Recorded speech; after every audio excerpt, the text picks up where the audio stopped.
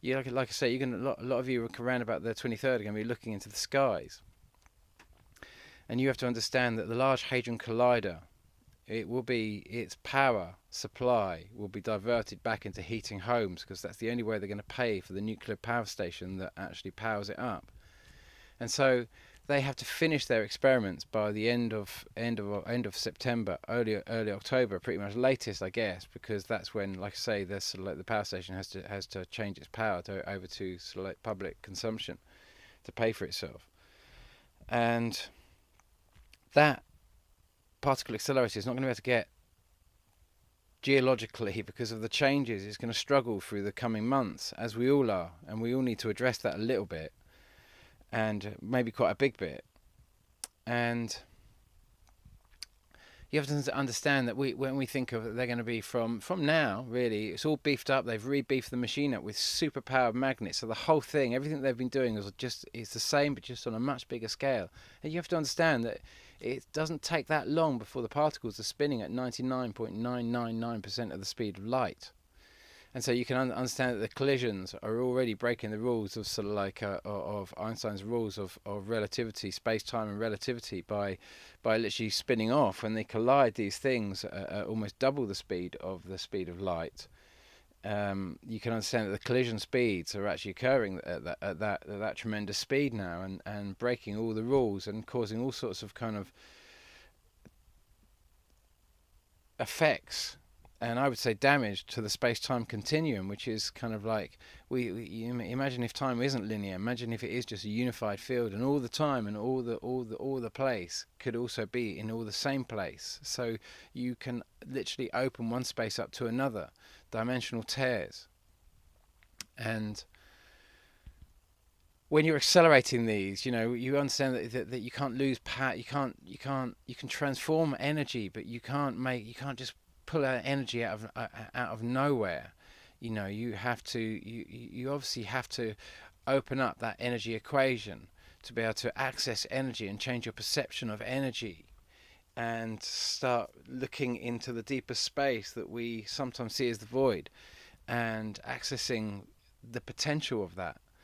But when you reach 99.99% of the speed of light with these particles, and you keep pushing more energy into it, into the system thereafter, obviously it's never going to go higher in its rotation speed than 99.999% of the speed of light. But when you pour more energy in, they start getting bigger and bigger. Well, the particles start behaving as if they've got massive atomic mass. They become heavier, much heavier, and the more energy you put in, the thousands and thousands and thousands of times heavier and heavier and heavier those particles, until they're like massive boulders flying around in this particle accelerator that are going to be having a collision speed at twice that of the speed of, or almost twice that of the speed of light. You're talking about and the type of bang that you're going to create in that. I mean, they're literally trying to create the biggest bang ever created in the universe to perform their experiment. Now that's a bomb. That's a bomb in anyone's book, isn't it? A massive bomb, a detonation at a key point. And this is what happened on Mars. And I said I wouldn't go into it in this video, but I am going to go into it a little bit. I'm going to tell you the vision I saw, because there was a subtle reason why I mentioned Paloma's faith. Do you want the truth or something beautiful there? Well, I'll read you this. This little poem. Many know of the tale of the small piece of baguette that fell down a vent in CERN's Large Hadron Collider and shorted out a vital circuit board that shut down one of the main electromagnets, that in the realm of car mechanics might be termed as throwing a rod out the side of the engine. Not good, basically. Quite bad, in actual fact. We know about the baguette, but what do we know about its precision delivery? Well, as I'm understanding it, Paloma was a dove. Well, for her entire 7.77 seconds on this earth, she was actually a pigeon.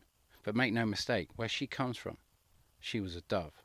Her arrival on Earth was sparked by a predatory ambush of another pigeon on what could be described as a regular pigeon that just so happens to be carrying in her beak an also precious payload that to the unsuspecting and perhaps suspecting eye she was nothing more than a damp piece of baguette. No sooner had the pigeon seen the oncoming attacker, Paloma had immediately stepped in and completely taken over. She took one mighty flap of those giant wings, vastly increasing her airspeed, then immediately rolled upside down on her back, closing her wings in tight to her most aerodynamic form, all whilst falling ever backwards. Paloma had initiated a high-speed vertical dive. The predatory pigeon, used to far more tactical manoeuvring, had set in rapid pursuit, following its quarry that moved like a trajectory ever downwards towards some odd-looking vent-like thing, protruding from some equally odd, unearthly structure. Faster and faster Paloma had sped, leaving almost no distance left to pull out of her vertical descent, with the other bird hard on her tail, ever and ever closing in. And then what neither pigeon would have considered a rational manoeuvre, Paloma just released her quarry, that tiny piece of damp baguette that had been held so staunchly in her beak. The pursuing pigeon immediately followed the bounty ever downwards to what was fast approaching absolute terminal velocity, its beak nearly ready to close down, but it too, at the very last moment, had to break off its pursuit and watch its prize disappear down that vent. It might have returned to collect its bounty if it had not been so utterly terrified by the immediate violent crack that echoed up through the snow-capped mountain ranges towering above Geneva, and then equally mortified by the bright, blazing flash that followed directly after, the tiny piece of bread, damp from the saliva in the bird's mouth, as it disappeared down the vent, had landed directly on a tiny circuit board somewhere below that bridged two connections that caused a massive shortcut right at the worst possible time in a process neither pigeon understood. Two pigeons were witnessed flying in completely opposite directions above a smoking vent, above a particle collider far below, whilst Paloma had returned from whence she came. Her mission, to slow down the doomsday machine by just 3 months, as by her calculations that's all the time it would take to give humanity that little extra time to decide its fate. And then I'll just say, I had this vision. I had this vision. It was like an ayahuasca vision. And I'd gone up, and I'd gone up with a load of sort of merchandise to sell at Reading Rock Festival. And I'd been caught by the security and kicked out. And I was feeling really sort of like really low. And then I got a text saying that there was a space in a ceremony with some friends of mine in North London. And so I thought, well, maybe that's timing. So I decided to go up there and do the ceremony. And they took us to a clearing out in the woods, and we sat on this on this log, and we were just looking up into the skies, and it was sunset. And the shaman did this most beautiful ceremony. It was one of the most beautiful ceremonies, and I went through this whole process, and I did get a crazy message. It said, "Here marks." I was shot out from where I was sitting out into space. It was very similar to my Nibiru vision actually, but I was shot out into space, and I could see the planet, and then the sun came over the top of the planet, and it was bright sunlight, and it said, "Here marks the end of an age. Here marks the beginning of an age. Great knowledge and great wisdom comes with great responsibility." So it was a very exciting time, and and then I saw all these scientists staring up at these clocks on this wall, and they were all like 1 second, like the big hand was the minute, the second hand, all the other hands were at 12 o'clock, and then the second hand, as in seconds, was like 1 second away from midnight. And it suddenly went midnight, it suddenly clicked, and I just looked at all these scientists, and they were all just staring up at this clock, just waiting for this ominous sort of faces, all of them just their eyes glued to this clock. And Paloma Faith appeared, of all the people in all the world in these visions, right in front of me, looking unbelievably gorgeous. and she was staring up, and she looked at them, she looked at me, and she started laughing. And she started laughing so much that she couldn't stand up, and she fell over laughing, and she was kind of rolling around on the floor in front of me in absolute hysterics that she literally couldn't stand up. She was laughing so much. And I've had that experience a few times in my life where I've laughed so much I literally couldn't stand up. So that's what I'm putting out for you guys there, because that's what came in for me, was just, it's our vibration that decides whether whether they're going to be allowed to destroy this world and bail out. And of course, they think they're bailing out, going to somewhere else, and of course they're not. This would kill them. This would kill virtually everyone on this planet. That's so much more disastrous than anything Nibiru can do. Especially in this passage where it doesn't even hit Earth, it just flies by. But nonetheless, of course, we're close to the borders, and nonetheless, it has massive, kind of like a psychic or massive effects on our psychic and astral links to our higher fifth dimensional selves, fifth and sixth dimensional kind of states. So this is where the biggest disruption is going to occur, and this is why they're so terrified, because they feel that they're going to lose control of humanity through this, because it's going to disrupt the whole thing, and it takes an enormous amount of time to refine and remake those links. Because once you've had a clear head and you know what a clear head is, it's very easy to see and understand psychic invasion. But if you're born into a psychic invasion, where all you know is ego interference, it's very difficult to know what that's like to have a very clear head thereafter, if you've never known it. And so after this period, we're all going to have very clear heads as to who we are. We're not going to have that much disturbance. We're all going to be scratching our heads, kind of wondering what's going on, and this is going to be the biggest part of the change. And so we are, we're still going to have time after September the 23rd if they don't manage to detonate their device. But and like I say, only the vibration of this Earth will decide, because the gods don't want to be the ones that destroy Earth, and take us down. They don't want to be carrying that. And they didn't have to do that on Mars. Mars destroyed itself before Nibiru flew by, even though Nibiru impacted Mars and created several things. Number one, it pushed Mars off further away from the sun. Number two, the water had already drained off via the dimensional link between Earth and Mars through what we call Valles Marianis, up through what is on Earth called the Emperor Hawaiian seamount chain, which is, if you look above the Emperor Hawaiian seamount chain to that what looks like a curtain shape, and you can see on the left or on the west, I guess, that kind of like that mantle that on the Pacific basin that comes down underneath, I suppose from the Kamchatka Peninsula below Russia down under Japan and down towards the Philippines, and if you go east, you can see it's kind of like Alaska and British Columbia heading down to sort of America there, and that does it not look like an absolute beautiful perfect split,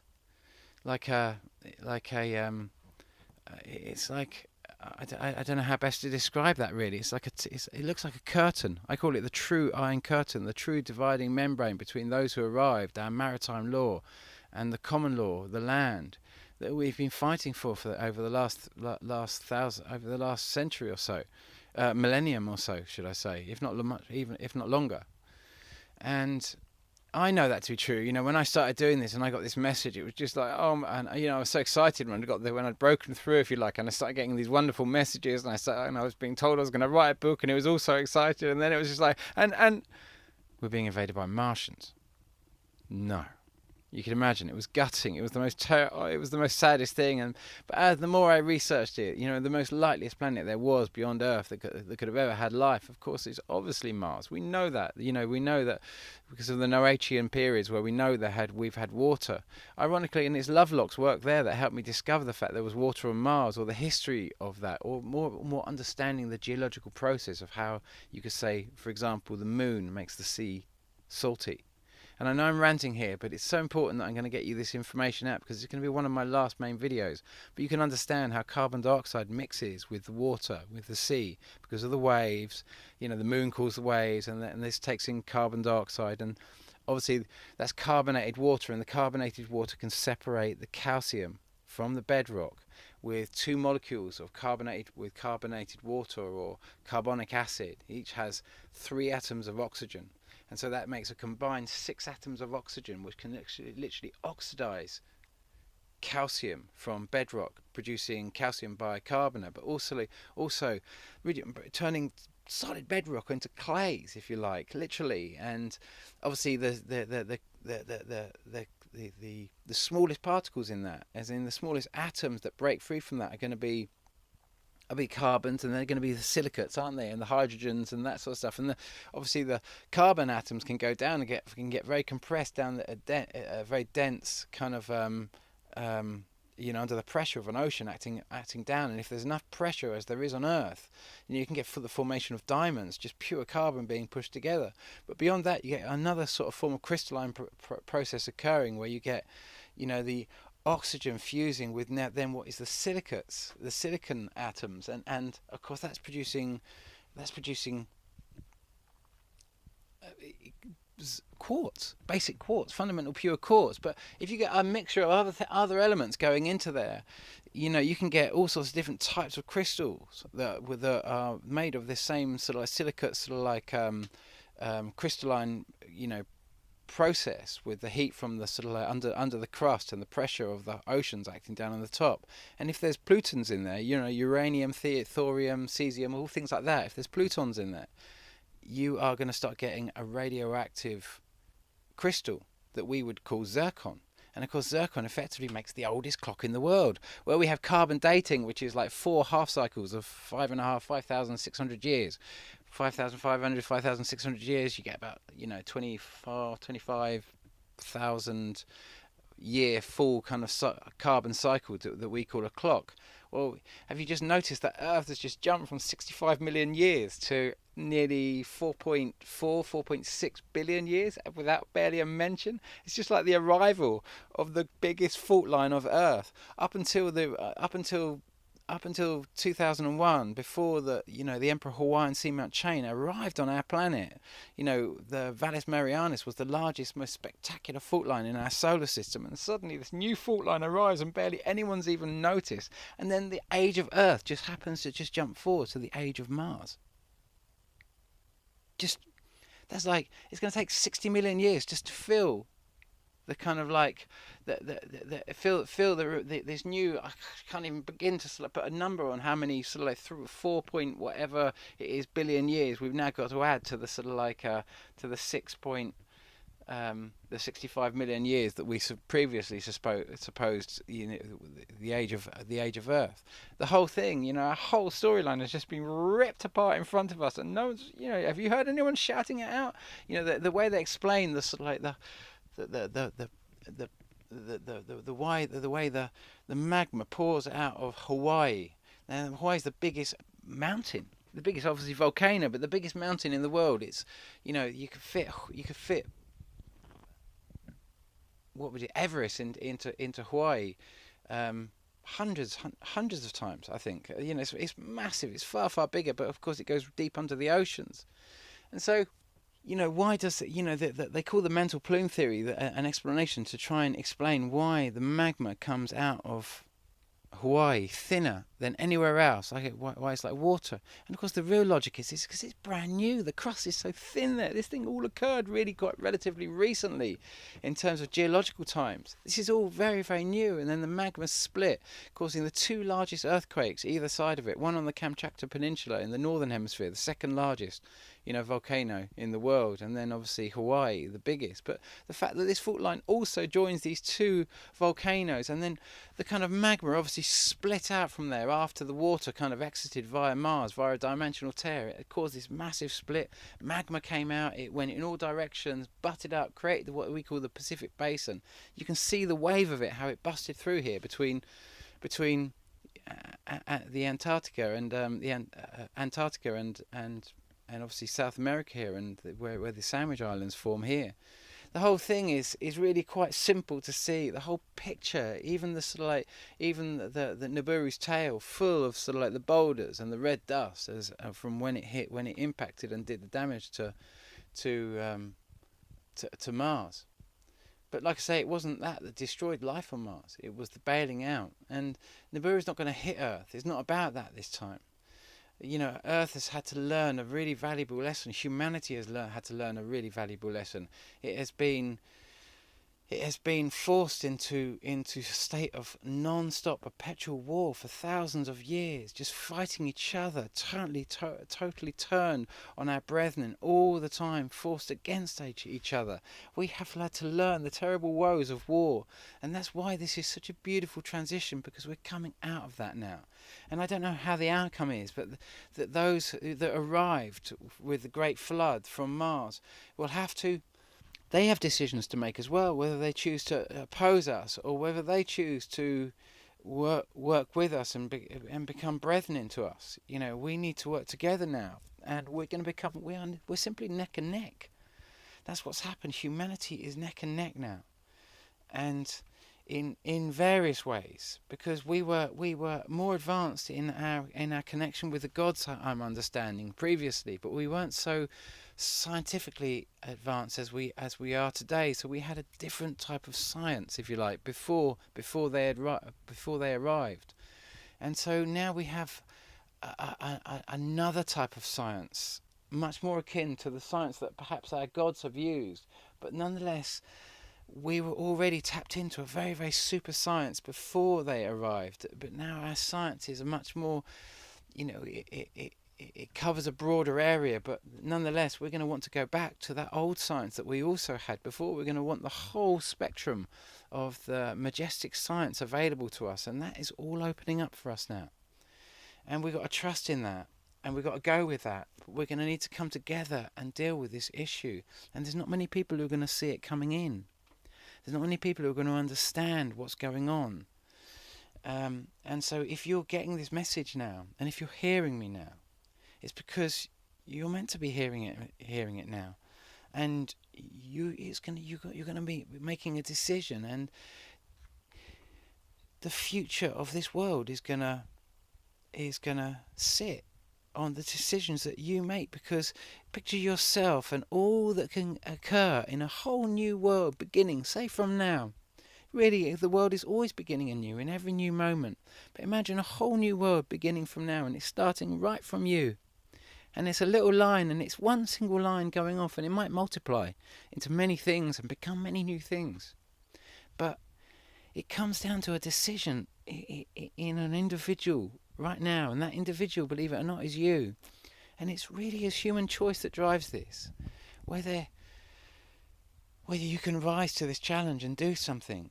And I've tried to show you in my life, through my life, I've been, my guide, it comes to me when it shows me as actually, ironically, as a daffodil.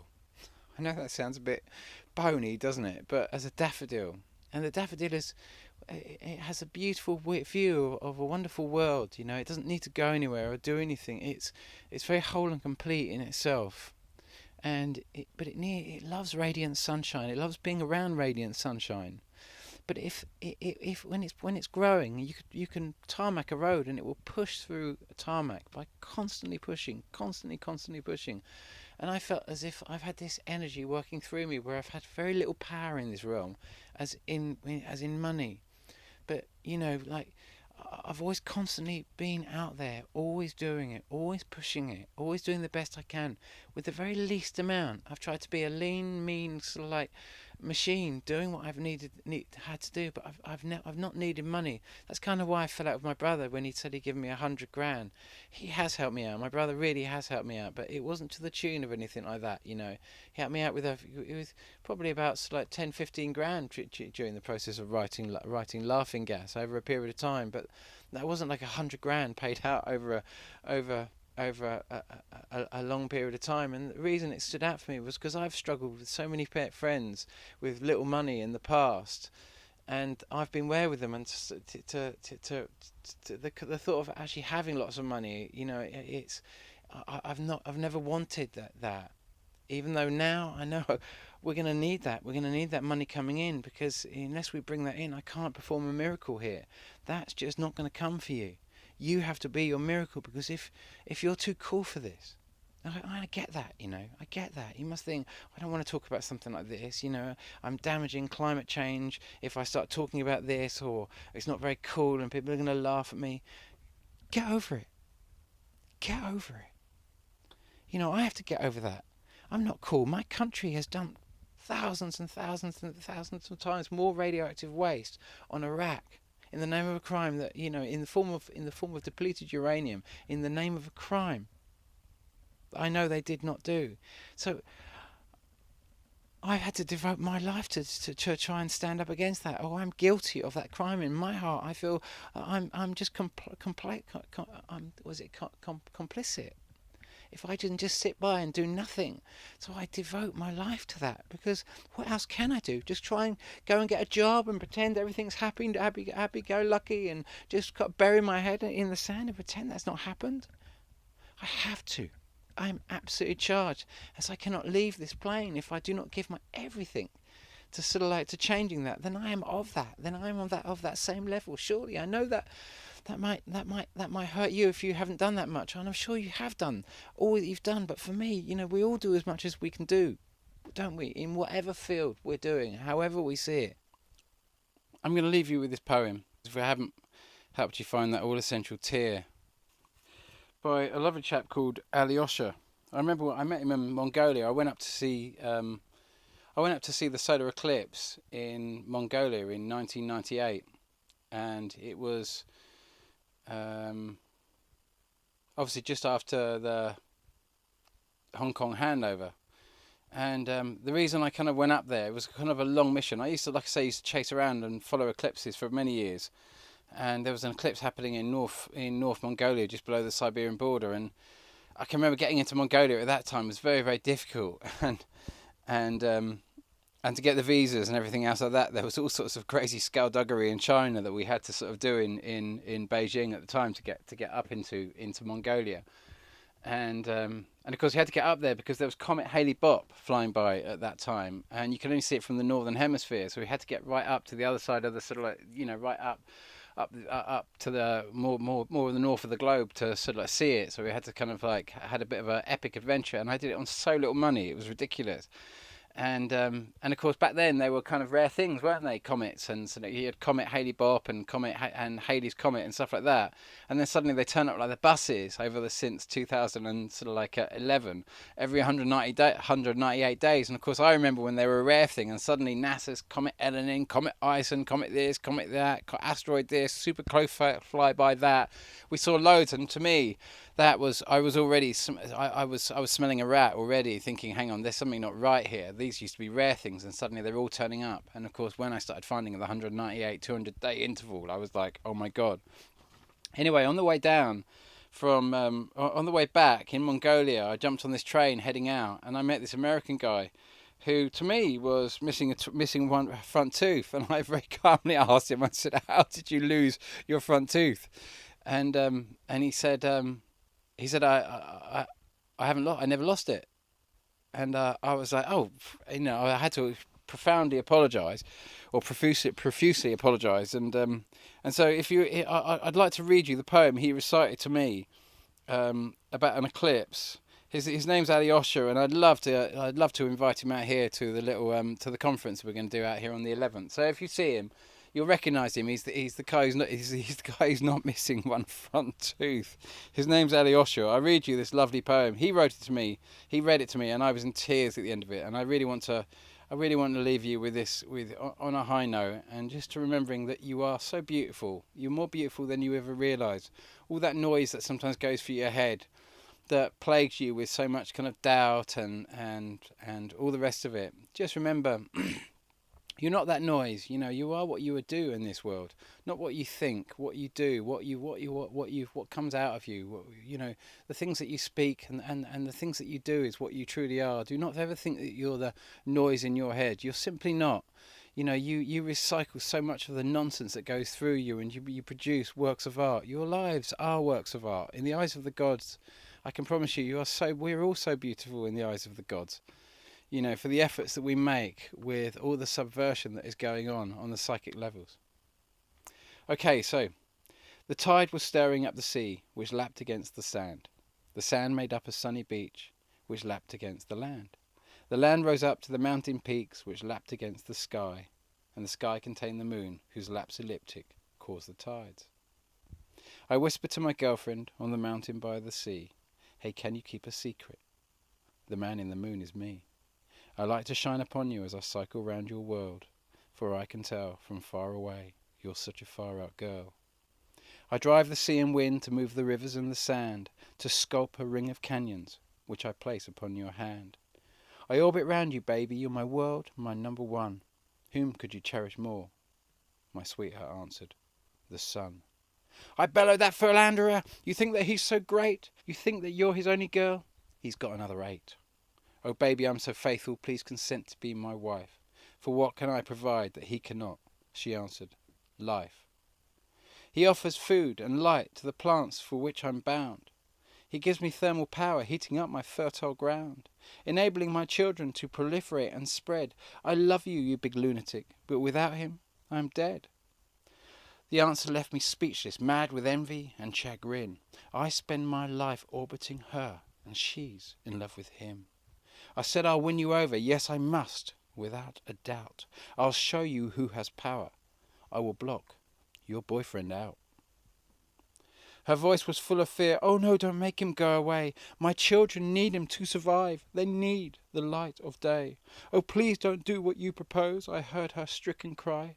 "I need the sun, for as I said, without him I will die." I felt a pang of pity, but it quickly turned to glee. If I can pull this off, I thought, she'll be impressed with me. Then she'll know who holds the reins of power up above. And then with me it's plain to see, she'll madly fall in love. I sat right down to work upon my plans to rule the sky. I worked out the equations of the paths that we 3 fly. I figured out a way to shift the track of my ellipse and put my scheme in action, and I created an eclipse. I marvelled at the beauty of the shadow on the land. I revelled in the glory that I had done what I had planned. And turning to my sweetheart, sure that now she'd think me great, I saw her staring full of awe, but also full of hate. I realised at once that this was not the way to win her love, so I moved, restoring full the day. She smiled and it warmed me as the sun was warming her, and I knew that I was wrong to try and keep light from the earth. Now this happened centuries ago, and every year since then, for just a couple of minutes, I've blocked the sun again. A short reminder for the earth for whom my love still burns, to show her that I accept it's around the sun she turns. The tide, it still stirs up the sea, which laps against the sand, and the sand still makes a sunny beach, which laps against the land. The land still rises to the peaks, which lap against the sky, and lapping between sun and earth, eternally am I.